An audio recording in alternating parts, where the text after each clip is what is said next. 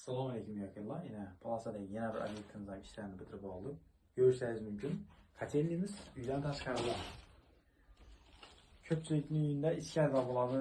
Yani shovqin hech kimga yoqmaydi. Nasosning sasi ya boshqa sasi yoqmaydi. Shuning uchun tashqarida qilganlaringiz sizlar uchun qulay bo'ladi. Bu yerda ishlarga to'xtaladigan bo'lsak, отопленияmiz 2 konturuvchi kishida, radiator konturu görüşleriniz mümkün. И теплый пол контуру. Теплый pollara triходовый klaplarni qo'yib berganmiz. Gradusni o'zi uchun oddiy nazorat qilib boradi. Ya'ni issiqlik ko'tarib ketmaydi.